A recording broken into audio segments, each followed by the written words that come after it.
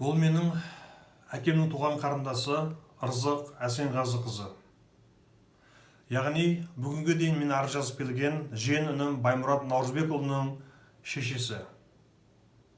Бұл кісі өзінің таныстары арқылы шұғыл түрде маған хабарлама жіберіп, Қазақстандағы Байболат арыз жазуын дереу тоқтатсын. Бұл іске араласпасын. Бұл істі өзіміз-ақ шешіп аламыз. Байболат арыз жазғалы бері біздің жағдайымыз қиындап кетті деген. Мен Қазақстан Республикасының азаматы Байболат Күнболатұлы. Алматы қаласының тұрғынымын. Бұл менің жиен інім Баймұрат Наурызбекұлы. Қазақстан Республикасының ықтияр хаты құжатын алған. Яғни Қазақстан Республикасының жартылай азаматы. Алматы қаласының тұрақты тұрғыны. Ол 2018 жылы наурыз айының соңына қарай Қытай Халық Республикасы Іле Қазақ автономиялы облысы Құлжа ауданы Қарағаш ауылы Ойманбұлақ қыстағы жергілікті полициялары жағынан еш себепсіз концлагерге қамалған және бүгінге дейін 1 жыл 10 айға таяу сол қамауда отыр. Және артынша еш себепсіз 10 жылға сотталған. Бұл Баймұрат Наурызбекұлының шешесінің, яғни Ырзық Әсенғазы қызының ұялы телефон номері. Осы нөмірға мен күн сайын қоңырау шаламын. Ол кісі маған жауап бермейді. Яғни менің соққан телефонымды көтермейді. Бүгінгі таңда ол кісілерге шетелден немесе Қазақстаннан соғылған телефондарға жауап беру тыйым салынған. Ол үшін олар сотталып кетуі мүмкін. Сондықтан олар бізбен хабарласуын, байланысуын мүлдем үзген.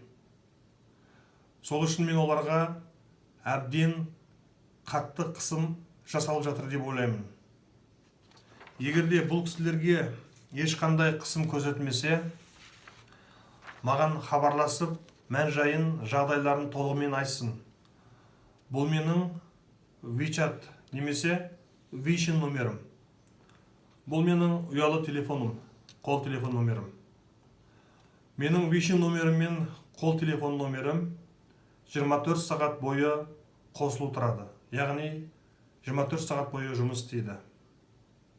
Өз ауыздарыңызбен, өз жағдайларыңызды маған түсіндіріп айтыңыздар.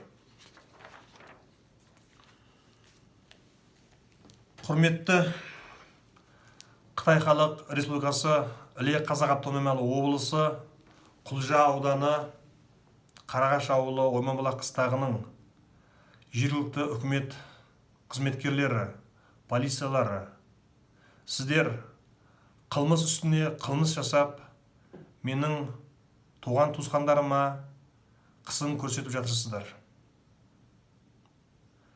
Бұл сіздердің Қытай Халық Республикасының әлемдік имиджіне, бүткіл әлемдік абыройына үлкен нұқсан жеткізіп жатқандарыңызды түсіндіреді.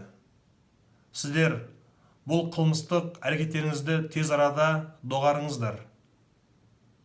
Менің бауырым, жиен інім Баймұрат Наурызбекұлын тез арада түрмеден шығарыңыздар.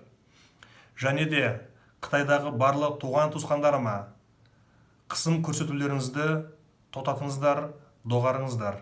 Егер де бұл қысым тоқтамайтын болса, мен әлемдік ақпараттарға бұл туралы хабарлама жіберіп сұхбат беремін. Және бүкіл әлемдік кісілік құқық қорғау ұйымдарына жазбаша, ауызша, бейне жазба арыздар жолдайтын боламын. Керек болса, Америка Құрама Штаттарындағы Америка үкіметінің хатшысы Майк Помпео мырзаға өз қолыменен арыздарды жеткізуге дайынмын.